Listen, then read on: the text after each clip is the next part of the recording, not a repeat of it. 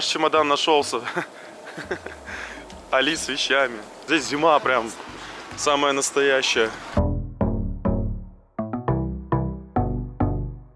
Ну а теперь заглянем в мой номер. У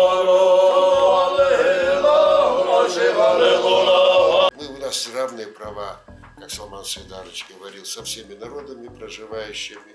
Мы ни в чем не ущемлены здесь.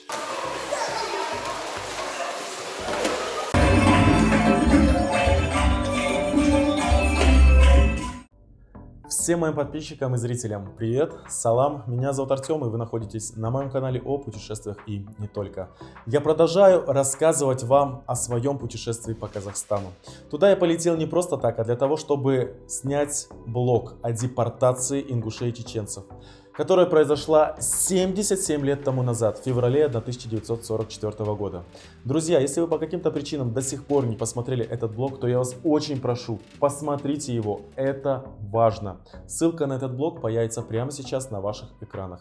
И, конечно же, я решил поснимать и поделиться с вами этим материалом о том, как живут сегодня вайнахи в Казахстане. Думаю, многим из вас это будет интересно.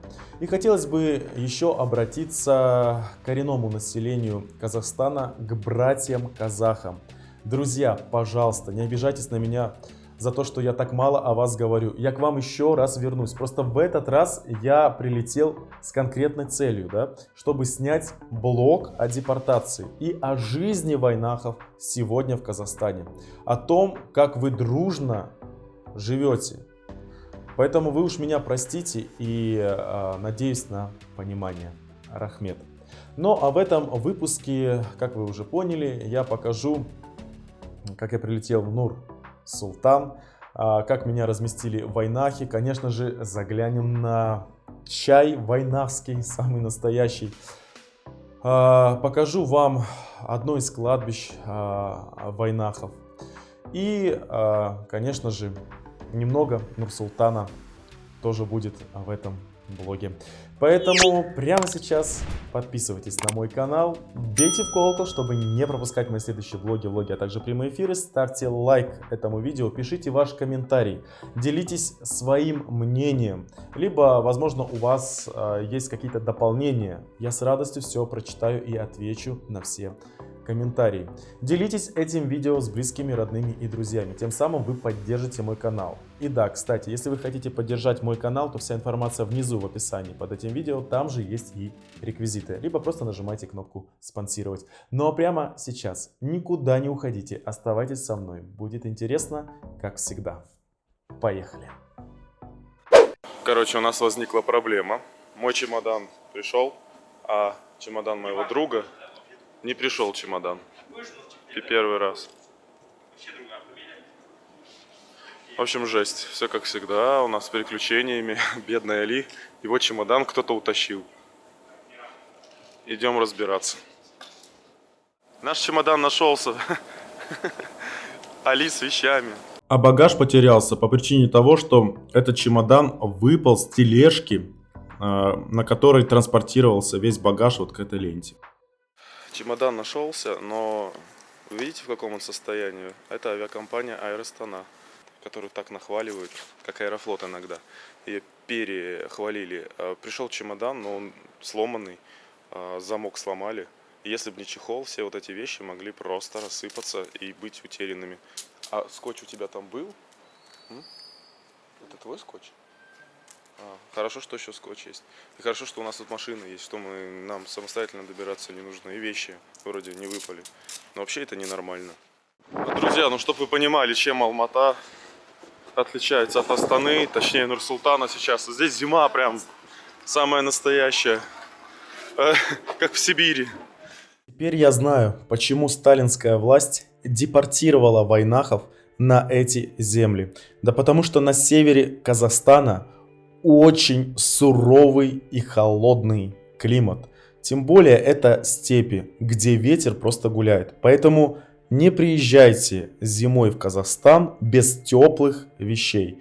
Иначе там реально замерзнете. Итак, друзья, Нур-Султан – это столица Республики Казахстан. И ранее этот город носил такие названия, как Акмолинск, Целиноград, Акмола и последнее его название – Астана. Город расположен на севере страны, на берегах реки Ишим. Административно разделен на 4 района. На сегодняшний день в Нур-Султане проживает 1 миллион 185 тысяч человек. Из них казахи 79%, русских 12%, украинцев 1 с небольшим процентов и других национальностей 6%. По религии там проживают мусульмане и христиане. Официальный язык, конечно же, казахский. И вы знаете, территория современного города была ранее выгодным пунктом пересечения караванных путей. Археологи обнаружили в черте города артефакты, датирующиеся эпохой бронзы, ранним железным веком и средневековьем. К сожалению, как я уже сказал, из-за холода мне не удалось нормально погулять по этому замечательному городу, но обещаю исправиться. Летом я, даст Бог, вернусь сюда и уже покажу вам Нур-Султан во всей, как говорится, его красе. Друзья, в Астане я остановился в отеле под названием Астана. Сорян, в Нур-Султане я остановился в отеле под названием Астана. Номер здесь в сутки стоит 18 тысяч тенге. Разделите на 5,5, получите цену в рублях. Здесь лобби-бар. Там вот вижу ресторан. Ну, в Алматы Риксос, это Риксос, он был, конечно, получше. Ну, это и понятно. Но этот отель тоже неплохой. Сейчас вам покажу номер, пока я его не забросал своими вещами. Вот здесь вот такой холл, мягкие диваны.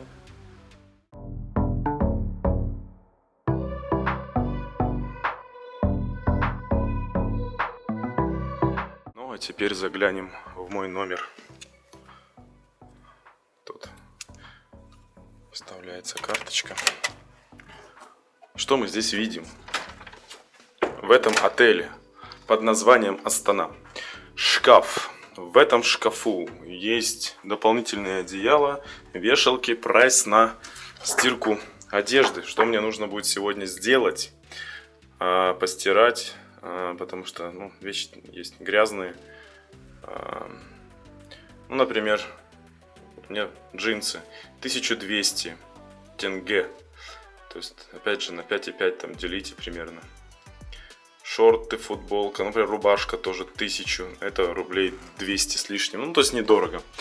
Есть сейф, естественно, куда вы сможете прятать свои денежки и драгоценности.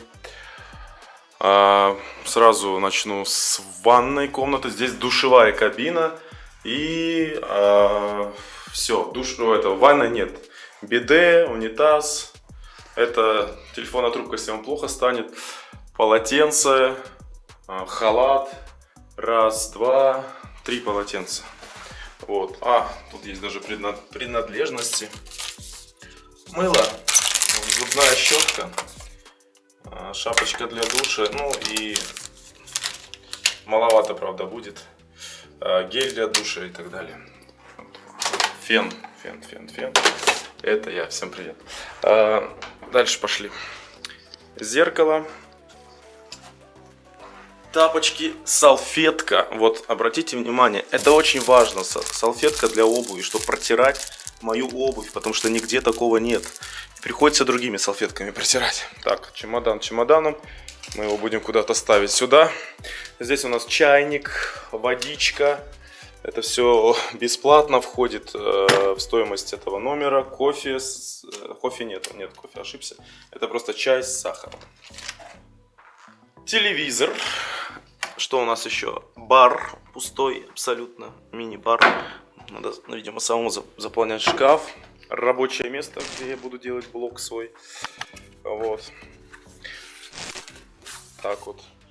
Ну, вот такая вот кровать, куда я бросил свою грязную куртку на эту кровать. Ну, не супер большая, но и такой. Мне показалось, что номер двухместный, а на самом деле он... Точнее, одноместный перепутал, а он двухместный. Видите, какой большой. Ну и в конце концов у нас есть балкон. У нас, говорю, ну... Не у нас, а у меня. Который заварен, к сожалению. На балкон я пройти и выйти никак не смогу. Ну вот такой у меня вид на город. А еще я посеял свою шапку. Я не знаю, что делать. Я, по-моему, в ресторане оставил. Там метет метель. Но я перемещаться, гулять без шапки, конечно, не буду. Вот, может быть, сейчас что-то там придумаю. Заеду, куплю. Но по такой погоде ходить я не хочу. Может, я в машине оставил. Вот. Потом узнаю. Вот, как-то так. А я, как всегда, уже, я не знаю, какие сутки нормально не сплю. Вот сейчас ровно сутки почти не спал в самолете. Час, так, перекимарил, как говорится. Ой, сейчас немножко отдохнем, потому что потом нас ждут встречи с диаспорой здесь. Но, а вы никуда не уходите, подписывайтесь на мой канал, ставьте лайк. И, конечно же, рекомендуйте это видео своим близким, родным. Спасибо вам за поддержку. Да, вот картина. Казахские степи и предгорья. Барашки здесь, юрта, барашки. Неплохо, неплохо. Даже очень неплохо. Но сейчас буду говорить не я, а братья Вайнахи, которые поделятся своим мнением о жизни ингушей и чеченцев в Казахстане, а именно в Нур-Султане. Я отправился прямиком из отеля как раз таки на встречу с вайнахами в культурный центр Вайнах. У нас равные права, как Салман Сайдарович говорил, со всеми народами проживающими. Мы ни в чем не ущемлены здесь. С самого начала независимости первый президент Республики Казахстан постоянно на всех совещаниях, собраниях говорит нам, и всем представителям других национальностей: ребята, живите, работайте, созидайте, воспитывайте своих детей, не уезжайте, будьте гражданами Республики Казахстан. Мы так же, как и все, кто-то занимается каким-то бизнесом, кто-то занимается сельским хозяйством. У нас много очень медиков, преподавателей, ученые. Мы представлены во всех сферах жизни, деятельности Республики Казахстан. И ни в чем не чувствуем ни ущемления, ни этот. Нам говорят: развивайте свой язык, свою культуру, традиции, обычаи. Поэтому сегодня ситуация, положение в Республике Казахстан такое. Нас уважают, с нами считаются. Поэтому, конечно, в жизни бывают всякие моменты, всякие проблемы случаются, но по любому вопросу, и были вопросы, когда нам приходилось обращаться, Салман Сайдарович обращался несколько раз к президенту Республики Казахстан, лично давал поручения, лично выходил на контакт и был озабочен и помог и поддержал. Ни одно наше обращение, ни одно наше заявление не осталось без внимания, без поддержки. Поэтому сегодня мы довольны сегодня своей жизнью в Республике Казахстан. И поэтому у нас нет здесь никаких проблем. Все нормально. Поэтому, как вы видели и общественную жизнь нашу, вы смотрели наши, чем молодежь как занимается, обучается. Чтобы между собой, самое главное, дружны, много национальностей. И вот и с чеченцами, с ингушами мы живем как одна семья. Мы один народ, у нас нет никаких проблем. Это наши братья. Вы заметили тоже, наверное, что мы на всех мероприятиях, везде, всегда все вместе. Поэтому мы хотели, чтобы вы и это донесли для своих зрителей, для своих тех, кто с вами смотрит, подписчиков, смотрит ваш канал, что ингуши и чеченцы Казахстана работают, живут, созидают, патриоты своей страны, Республики Казахстан. Если республике хорошо, нам хорошо, если проблемы, у нас тоже проблемы, поэтому все нормально. Поэтому мы желаем и нашим, конечно, мы озабочены ситуацией, положением, которое у нас в республике, мы наблюдаем, мы знаем, следим, смотрим. Ну и хотелось бы, самое главное, мы бы хотели, чтобы у нас в республике был барт. Самое главное, чтобы у нас был мир и согласие в нашем вайнахском обществе, и в чеченском, и между чеченцами и ингушами, и особенно в нашем республике Ингушетия. И мы бы хотели, чтобы был барт между родами и тейпами, мы бы хотели, чтобы был барт между различными религиозными течениями, между хаджи-муридами, между Нахшбанди, между Бетл-хаджи и другими. Мы одни, мы братья, мы один единый народ, между нами не должно быть У вас одна кровь, никаких разногласий. Дал Барца Болвей, дал Цашхалды. Ассаламу алейкум, варахматуллахи ва баракату. Ежри, Масари. Фуд Масна, Мужмяш, Бусулгумасек. Я то, что уже здесь сказал Салман Хайдарович и Башир Мугиревич, и добавить даже нечего. Вот вайнахи, живущие здесь, в Казахстане, в частности, в этом городе Нур-Султан, дань уважения казахскому народу. В 2010 году построили мечеть имени Кунта Хаджи. Своими силами за год построили эту мечеть. В 2011 году была сдача мечети, были много представителей ближайших городов. Также были представители нашей духовенства с Кавказа, приезжали, с Северного Кавказа, видные деятели. Вот. Эта мечеть до сих пор существует уже 10 лет и содержится силами вайнахов. Ниоткуда, ни сторонней помощи мы не получаем, мы сами ее содержим. Эта мечеть была построена в первую очередь для нужд всех мусульман. Ни ингушей, ни чеченцев, всех мусульман, кто живет близ ближайшего района. Я просто хочу подписчикам сразу сказать, что не пропустите блог, потому что эту мечеть мы с вами вместе снимали, вы мне все рассказали, показали. Да. Я просто еще хотел бы опять вернуться вот за наш пригородный район. Не хватает слез и обиды, как наши предки, старики ездили на Кавказ, смотрели на свой дом и не могли зайти, и оттуда приезжали действительно со слезами. Но придет время, конечно, это все станет на свои места, эти земли обязательно будут ингушскими. А в данный момент чечен, ингуш, мелкий, здесь разницы нету. Мы живем в дружбе, ничего не делим, ничего друг друга нет. Самое непритязания нету. Похороны вместе, свадьбы вместе, зикр вместе, садаха вместе.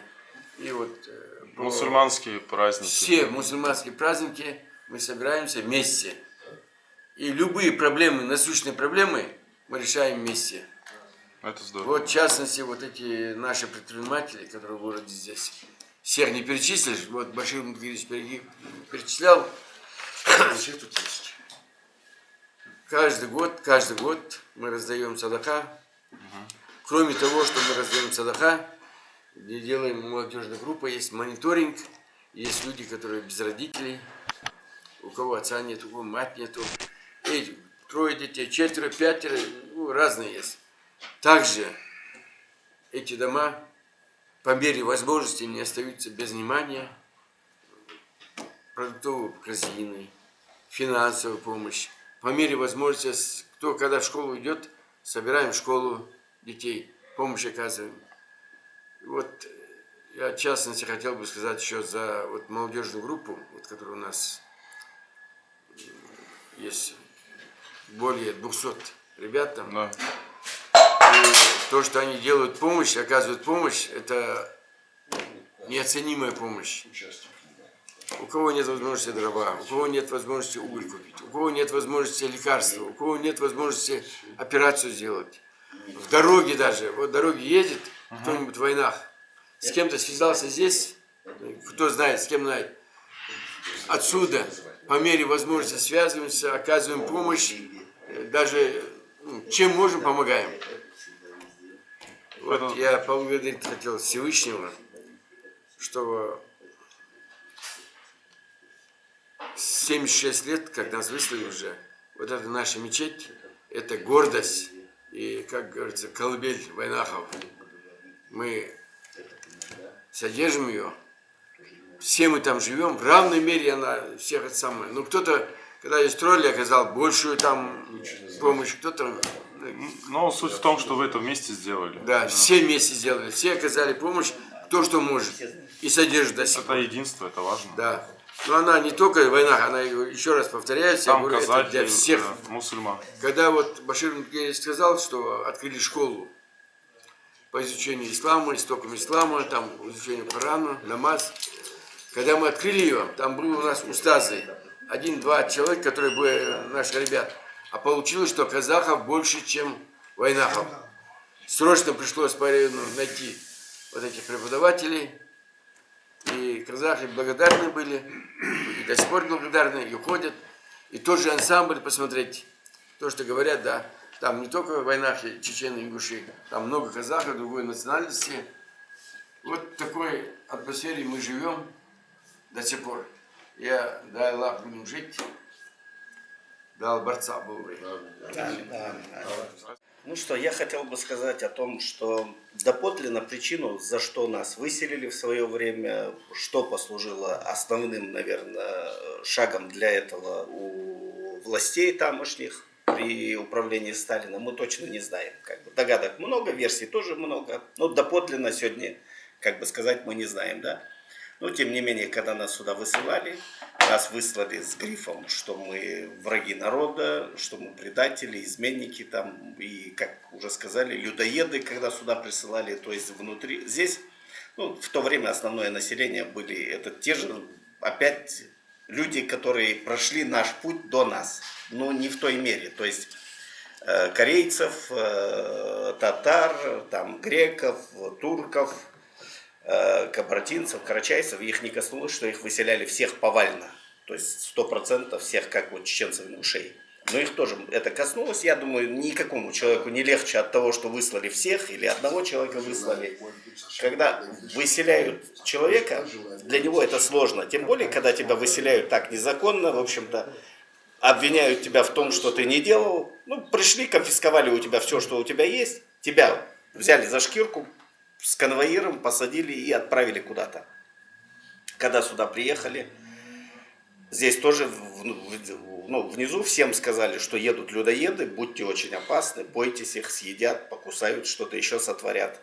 Тем не менее, приехав сюда, наши люди с первого дня потихонечку доказали, что мы такие же люди, нормальные, такими же можем быть нормальными. И до сегодняшнего дня в этой республике мы представлены как полноценные люди. Добились многих уважений, много успехов у нас.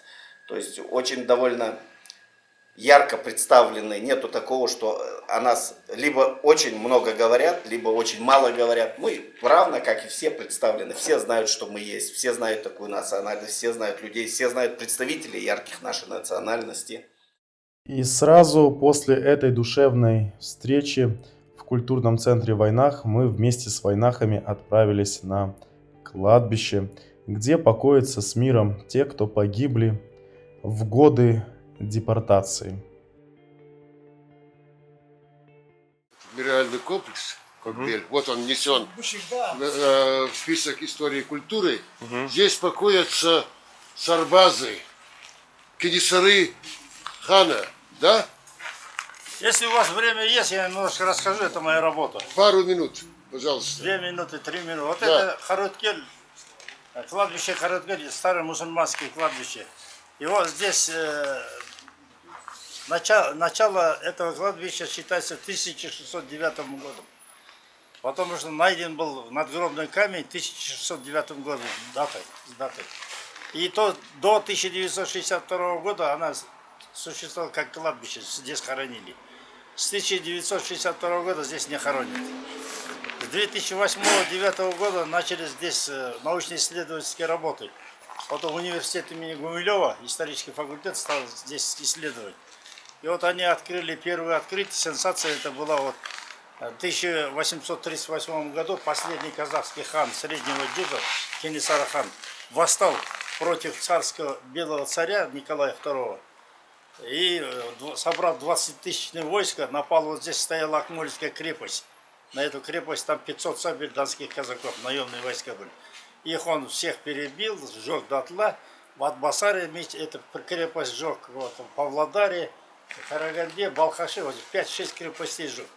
Тогда Николай II, белый царь, отправляет с Омска сюда дивизию, регулярные войска.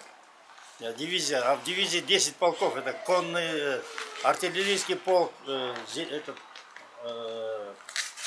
пехотный полк, там, кавалерийский полк, артиллерийский полк, сондай.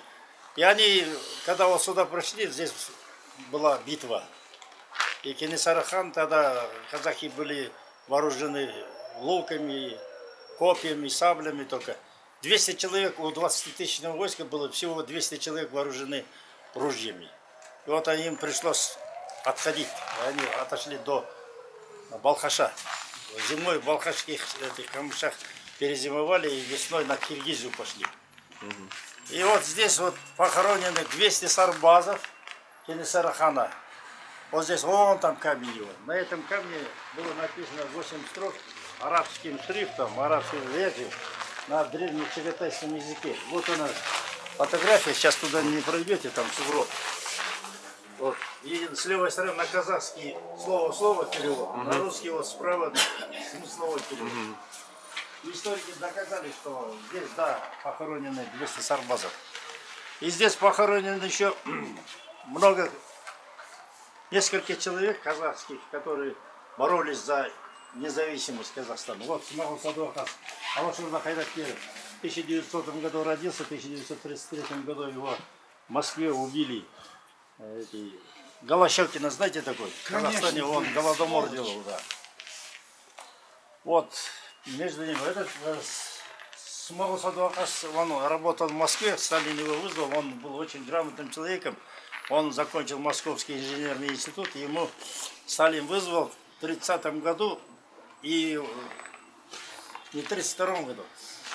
Поручил ему строительство Москва-Дон, железную дорогу. Когда он строил, он зашел 2 раза к Сталину, это все записано в истории. К Сталину заходил, говорил, что у казахов нельзя отбирать весь скот. Казахи не умеют огород сажать, пшеницу взять. Они только скотоводством занимаются. Если все заберете, весь скот, они умрут от голода. Так и произошло. Первый секретарь Компартии Казахстана был Голощекин. Он забрал весь скот, даже ни одну корову не оставил. Надо было кормить Челябинск, Санкт-Петербург, там голодный пролетариат, русский народ. Если Туда... бы так, на самом деле и не их кормили, продавали на экспорт. Это все шло, говорят, меняли да. на экспорт. Это вообще у этих тоже же отбирали.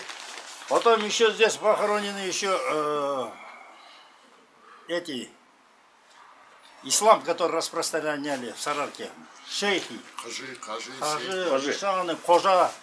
Вот они, ислам 4 масхаба, Абу Ханифа масхаба и Матуриди акиду. Они преподавали. Здесь держали медресе, были имамами больших мечетей. Здесь в Акмулле Акмолинске до 1920 года было 5-6 мечетей.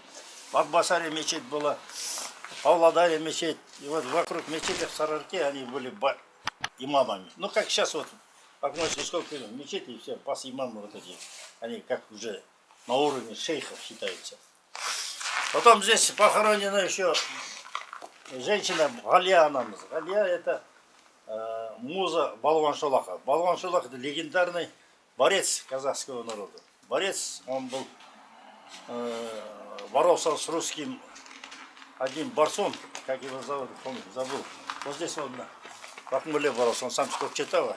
В Кокчетаве стоит его памятник. Вот его муза здесь, Галия Анамыз, она была первой предпринимательницей казахской женщины. Она здесь на Караткольской, вот здесь, где конгресс-холл стоит, там был базар. На этом базаре у нее была камысхана. Кафе, как ресторан камысхана была. Там зеленые ряды были. Да, базар и был. она там у нее дом был двухэтажный особняк из дерева построенный. Когда вот конгресс-холл строили, этот дом снесли, а камысхана до сих пор стоит, говорит, там что-то государственный какой-то. И она в то время уже открыла мастерскую, ателье по пошиву женской одежды. Она как первая предприниматель, как богатая женщина. Среди женщин была, и до сих пор фильм про нее вот, недавно выпустили в прошлом году. Здесь похоронены не только казахи, здесь похоронены все мусульманские братья. Здесь похоронены узбеки, татары, казахи, ингуши, чеченцы. А вот можно теперь поподробнее про ингушей и чеченцев в войнах? Ингуши, это лучше. Я расскажу. Здесь тоже, как и в том кладбище, на том кладбище на Дризге, где мы были, там хоронили тех же ингушей, чеченцев, которые жили в районе вокзала. А вот в районе Старого базара, и вот с этого района хоронили здесь. Здесь вот, вы знаете, наверное, здесь Гуцериев Михаил Саварбекович, вот его мама, родственники здесь похоронены. Потом Два брата. Сулумбек, Чингисхан. Да, он тут благоустраивал. Вот с того края, вот первые. Сага давал, приезжает, я знаю, Сага хорошо. дает. Потом вот, когда лет 5-6 тому Он же назад, вот этот забор делал. Да. вот это ограждение он сделал. Благоустройство, да. Тут Салман занимался, Гуцариев, брат его двоюродный. Вот это огородил, он все здесь навел порядок. Здесь стояла ограда железная. Эту ограду чугунную, мы ее перенесли на Дризге, на кладбище. Она там стоит сейчас. Сейчас там стоит. Тут похоронены Базоркин. Вот Вы тут ингуши, да, или Нохчи? часто приезжает, вот в Чермени он Салмана надо построил было мечеть. Позвали, Вот его он. не было. А, Салмана? Да. Мы не дозвонились до него. У меня есть телефон. Вот, Не, у нас тоже есть. Не взял. есть вот такая вот история этого кладбища.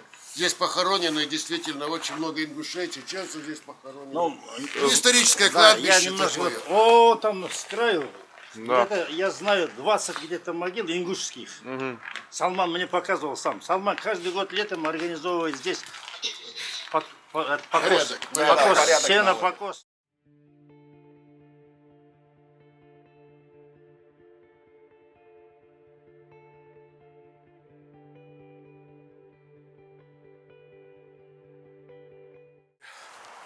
Здесь, на этом кладбище, покоятся также и войнахи, это ингуши и чеченцы, которые погибли жестокой смертью во время депортации.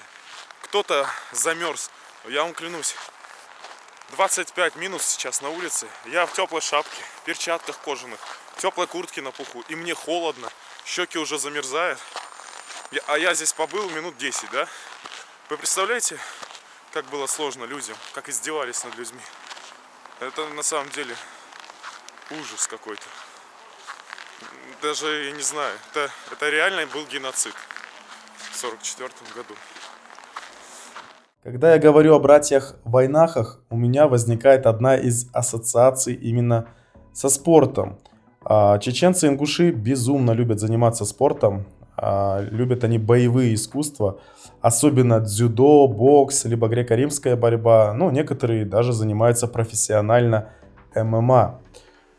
Вот я решил посетить один из таких комплексов. Но в этом зале занимаются не только войнахи. Тренер Рустам Да, вот вы кто по национальности? Я ингуш. Вот, ингуш. Правильно. Вот сейчас он нам все расскажет сам, как тренер, кого он тренирует, какие дети приходят, сколько лет, кто они по национальности, и дружно мы здесь в коллективе, или какие-то бывают, может быть, разногласия. Разногласий никаких не бывает. Зал существует с 2013 года. В данном зале у нас проводится секция вольной борьбы, кикбоксинг, дзюдо, бокс, грэпплинг. Также проводятся различные кружки, ну, для девочек тоже это предусмотрено. В этом зале тренируются порядка, ну, конкретно в моей секции, 7-8 национальностей присутствует. Основная масса это войнахи, ингуши, чеченцы, также казахи, русские, украинцы, грузины, армяне здесь, азербайджанцы. Я работаю здесь уже около 5 лет. Вот за 5 лет у нас ни разу не было конфликтов, не то чтобы на национальной почве, даже просто между ребятами. Хотя все знают, что младшие юноши, они все же такие задиры. Но у нас такого не было, потому что здесь тренируются мужчины настоящие. И каждый раз перед тренировкой мы объясняем, что мы пришли сюда не для того, чтобы развить в себе плохие качества, а для того, чтобы развивать в себе самые лучшие качества, чтобы каждый родитель мог гордиться своим ребенком. Возраст с 6 до 18 лет. И у нас нет такого, что мы, допустим, только берем, как в армии, да, все здоровые мы берем. Есть и моменты, где ребенок, допустим, плохое зрение, где-то у него там сердечко побаливает и так далее. Каждому подход свой берем. Такую категорию детей нагружаем как можно поменьше, но факт в том, чтобы они тоже были в массе, были в коллективе, чтобы не чувствовали себя, как будто бы они там к этому миру второстепенное отношение к спортивному миру. Да, скажи, пожалуйста, у вас есть какие-то победы уже? Побед у нас очень много, но это все победы в Казахстане, потому что в Россию выезжать, это есть официальная сборная Казахстана, конкуренция тоже в стране большая. Так у нас здесь, начнем с мелких, там чемпионы города, чемпионы области, республиканских турниров. Те, кто с нашей вот этой школы выходцы, они сейчас в сборной города Нур-Султан. Фамилии, имена называть не буду, каждый знает, кто это такие. Они вот на уровне Казахстана уже будут. Я сам являюсь мастером спорта, также я сборной города Нур-Султан. И я в этом зале с этими ребятами часто вот работаю на ковре, как вы сегодня тоже видите, для того, чтобы оттачивать свою мысль. Потому что эти парни, мне 32 года, им по 16-17 лет, они конкурируют со мной. Я просто к чему иду, чтобы вы понимали, что здесь не простые там ребята. Любой из них может с любым из мужчин, который не особо в спорте, но мужчина, да, состоящийся, любой из этих ребят может с ним поконкурировать. Я говорю, как есть, начиная с возраста 13 лет. Это и физика, и выносливость, и сила, и все там, скорость, и дух, самое главное, у этих пацанов присутствует. Ну, это круто, здорово. Ты как ингуш, я часто гость твоей республики на Северном Кавказе, в России. Можешь воспользоваться случаем, передать салам всем своим близким родственникам, друзьям, если есть таковые, кто проживает. Вова место до солмошулды. Благодаря часы был хавин чокосхит, хамелчи, дахейка душ, херишти, ой малышти, ой долуш, ой дольк дахейка душ. То любое время, любое месте, где хокиштук, дал эндале. Еще хотелось бы отметить, я как спортсмен, я не люблю лезть в политику, но хотел бы заметить, что когда проходил чемпионат мира по вольной борьбе в Нур-Султане, главный тренер российской сборной Дзамбулат Тидеев по вольной борьбе, он осетин. Вот. После турнира он обнял Хасана Яздани Чарати, это иранец. Обнял его и сказал такие слова: мы, говорит, осетины иронцы, а вы иранцы. Но корень у нас один, и предок у нас один, и язык у нас, говорит, фарси. Осетины и иранцы – это братские народы. Я к чему это веду?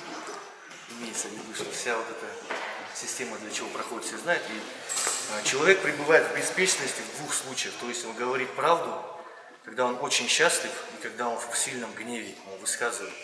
На тот момент они были счастливы, и как бы два человека, которые действительно братские, у них корни одни, обнялись и показали всему миру, что они, кем они. Добавлю, я вчера был в вашем чечено-ингушском культурном центре, там, где есть также ингуши, чеченцы, казахи и осетины.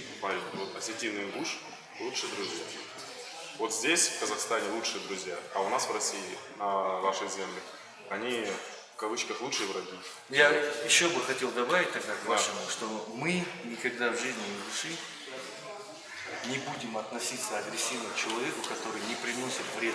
Кто бы он ни был, если от него нет вреда, то для нас это хороший человек. Но если этот человек вредит, разумеется, мы постараемся его остановить. А так, если мы живем в мире согласия, почему бы и не всем всегда поставим лучшее поесть, постелим лучшее поспать, все, что от нас требуется сделать, это знает весь мир. Поставь на пол. На пол ногу поставь, ты бери. Вот так. Давай, левую. Дима, сюда.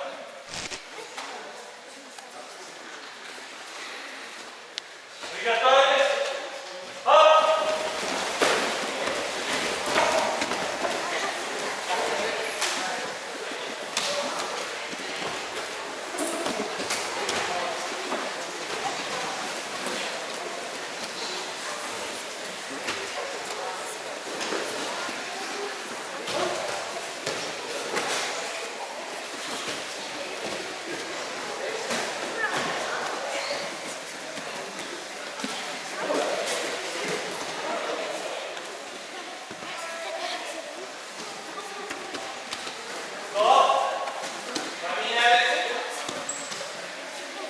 Второй номер.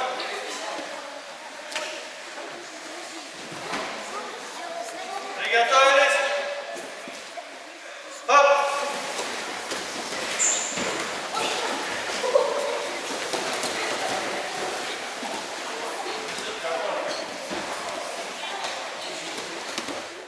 Здоровья, маме с папой привет.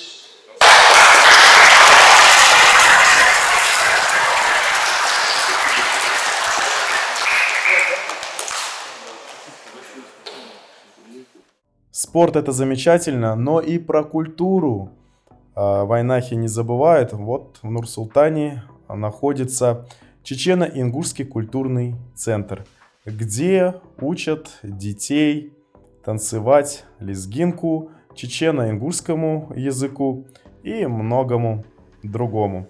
Причем здесь также учатся дети разных национальностей.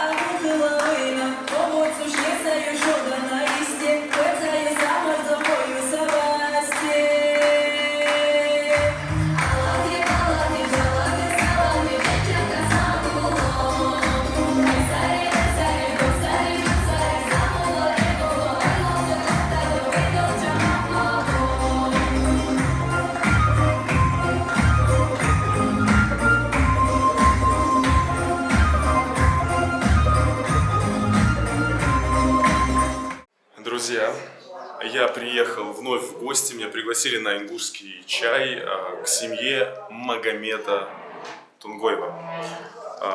Здесь много гостей, помимо меня. Называется «Сосновый ингушский чай». Мы сегодня целый день все вместе, поэтому посмотрели спортивный центр, вайнавский центр и вот. А название блюда? Просто галушки, это нет, бешбармак немножко другой. Ты сейчас Так это конина? Азиатским подтекстом. Это казахское блюдо, нет? Ближе. Ну, У вместе татар- с галушки Наши галушки наши, Да. русские галушки. нашей обработки. А казахская Конина, мясо. конина Вяленая. соленая, вяленая такая. Очень хорошее блюдо. Сейчас попробуем. И похоже как на берх, да. макароны. это Просто разновидность, да. Короче, вы сделали свое блюдо, ингушско-казахское. Перемешку. Да, перемешку.